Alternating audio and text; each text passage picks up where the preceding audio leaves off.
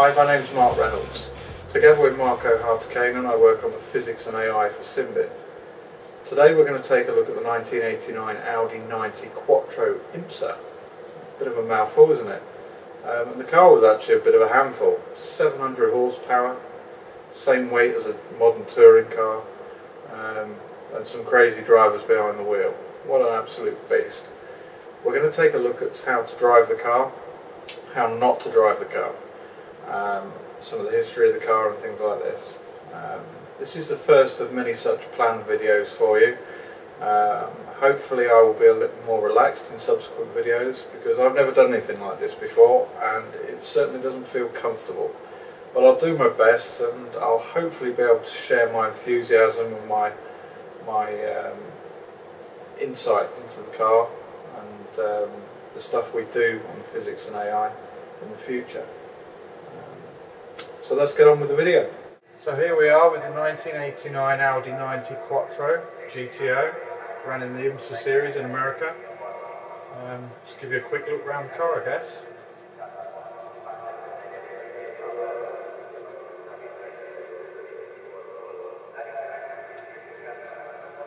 Love these details on the wheel covers here. Super cool.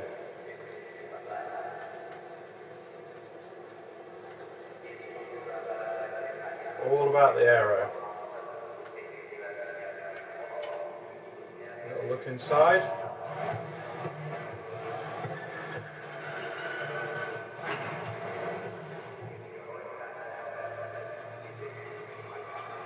Okay, so I'm going to try talking and driving at the same time. It's not something I'm really familiar with, so forgive me, I've not done this before. Hopefully the quality of these will get better the more I do. Stick some gloves on here. This wheel I'm using, just for you people that are wondering, is actually a Thrustmaster TX with the Derek Spears adapter and a Sparco Mugello aftermarket rim, and then an SLI Pro display on the back there. Very nice, and as you can see the paddles are not standard. They're taken off a T500 and then kind of butchered into this situation, but they work cool. And then I've got the T500 pedals at the bottom so we can get the full heel and toe experience. And then to my left I've got a TH8 shifter. This car is a 6-speed manual in real life, so the demonstration I'm going to give to you today is going to be using a manual shift with that shifter.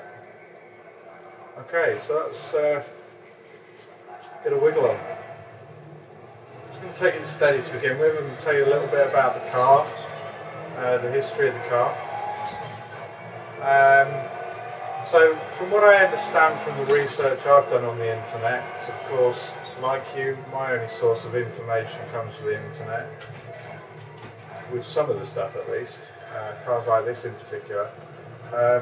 This car was the brainchild of somebody at Audi who decided they needed to uplift their status in America after some bad PR, I think it was.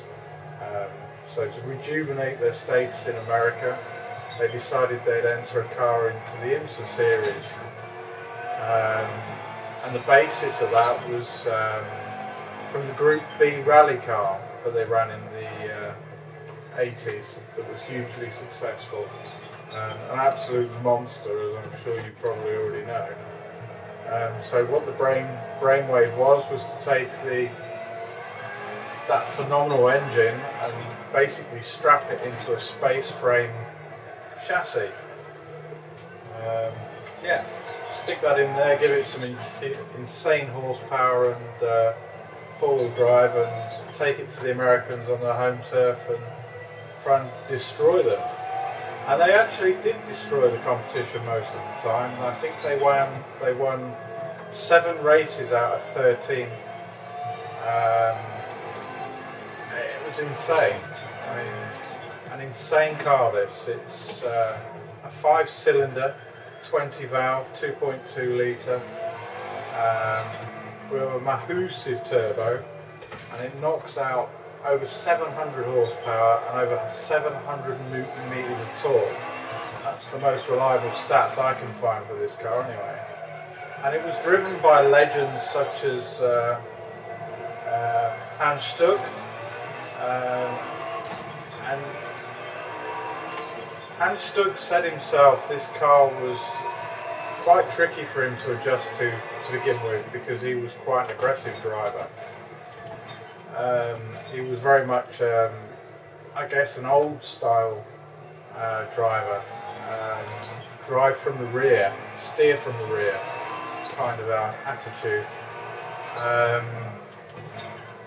And from the video I've seen of Hans Stuck talking about this car, he basically says that to get the most from this car you need to be smooth. And that's something I believe we've captured really well with this car, dynamically when you drive it. The car will go crazy sideways, it will do all sorts of crazy things, but you know, the car really is not quick if you start driving it like that. The car really rewards being smooth, especially in weight transfer situations. If you start chucking this car around, it gets very untidy very quickly and very, very crazy sideways sometimes.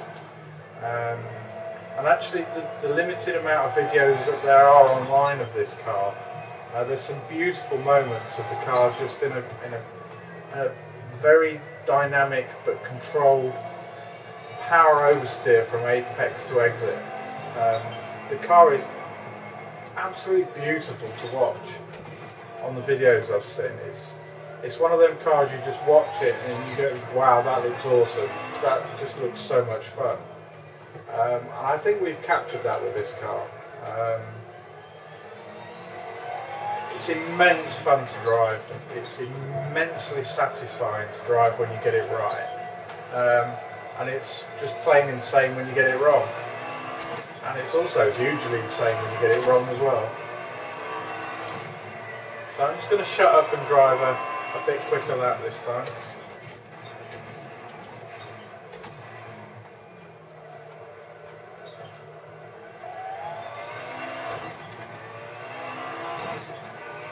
One of the tricks with this car is not to rush, because if you rush you'll overstep it on the entry and then you'll be completely all over the place on the exit. Throttle control is an absolute must with this car, but self-control is even more of a must, because it's so easy to start going crazy with this car, but then you just get slow. Patience, patience, patience. This really, really rewards huge patience all the way through to the apex. Once you're at the apex, you're looking to drive through the apex, progressively applying the throttle to get a slight oversteer, but not too much. And then finally, when you've got the attitude in the car that you want, you go full throttle and power through to the exit. Like this.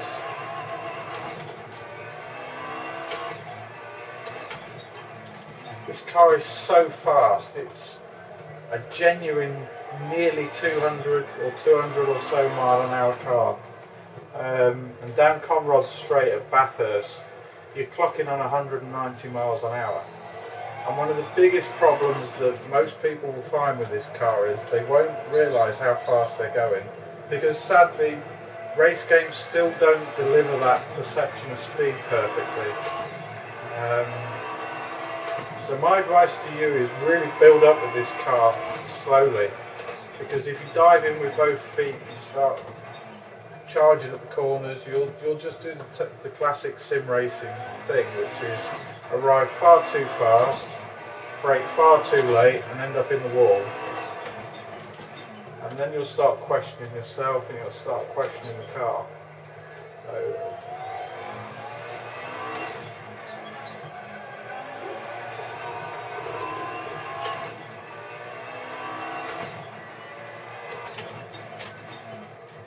you'll notice I've still got the enormous brake markers here at Hungaroring.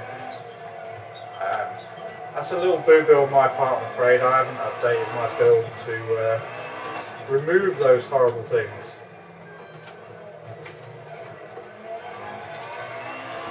still doesn't detract from this track being so awesome. I love this track so much. I use this track a lot for testing actually. It's such a lovely flow. Such a variety of corners.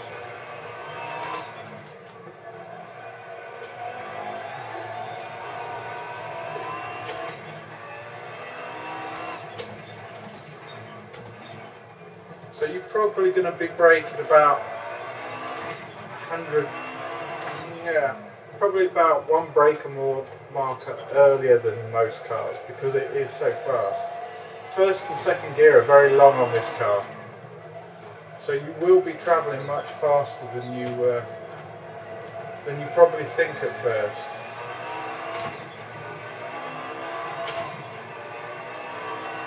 Okay, let's try and talk about what I'm doing here. So just heel and toeing down through the box. I'm just aiming to keep it relatively tidy all the way through to the apex, and then powering through the apex to the exit without too much opposite lock going on. Again, nice and steady in the entry of the corner. All about the exit.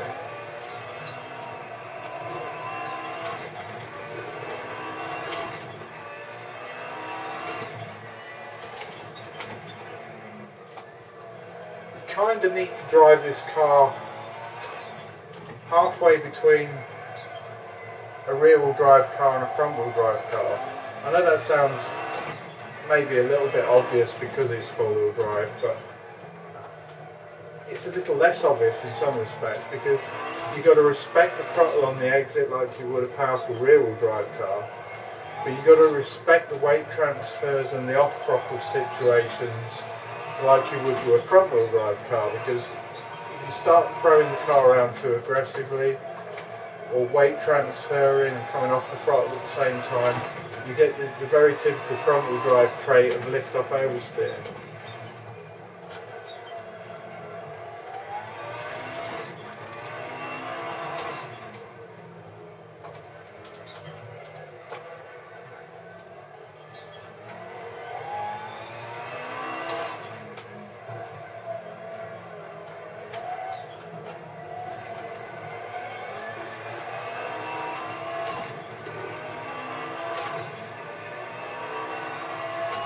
So much fun, this car.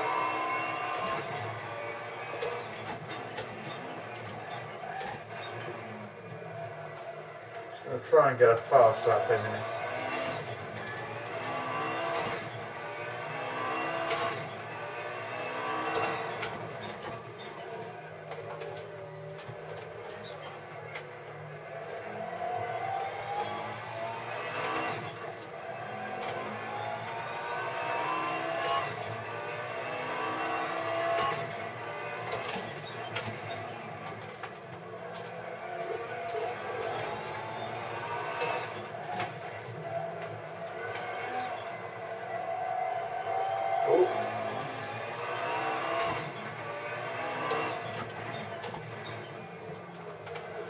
Not really a car that likes to use the curbs.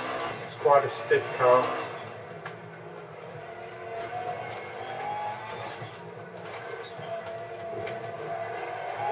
Tends to unsettle it.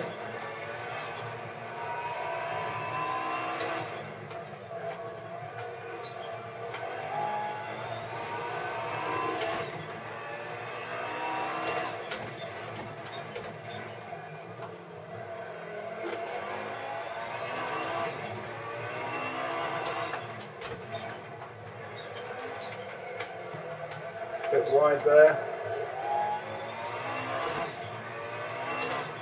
Very easy to get too committed in this corner as well. Nice even throttle through to the apex and squeeze it in.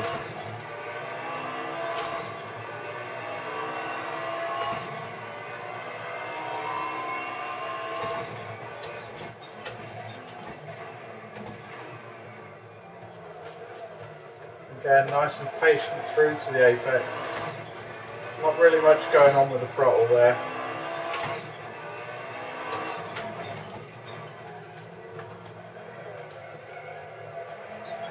Feeding it in now. Ooh. That's not how not to do it.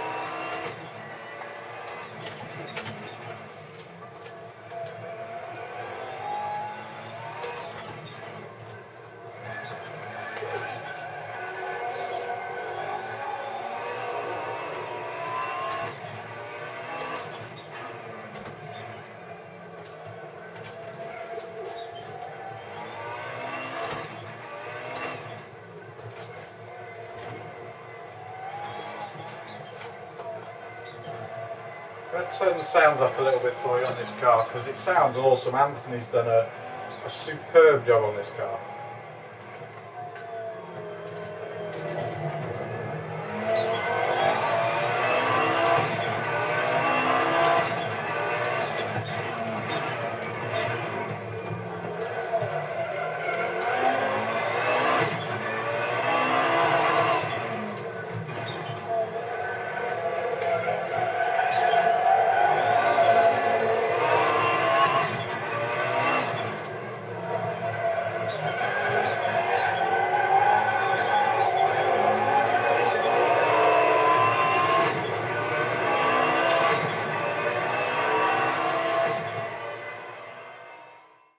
So that was the Audi. Wonderful car to drive. Marko did an exemplary job capturing the spirit of this car, I believe. I hope you enjoy it as much as we enjoy driving it.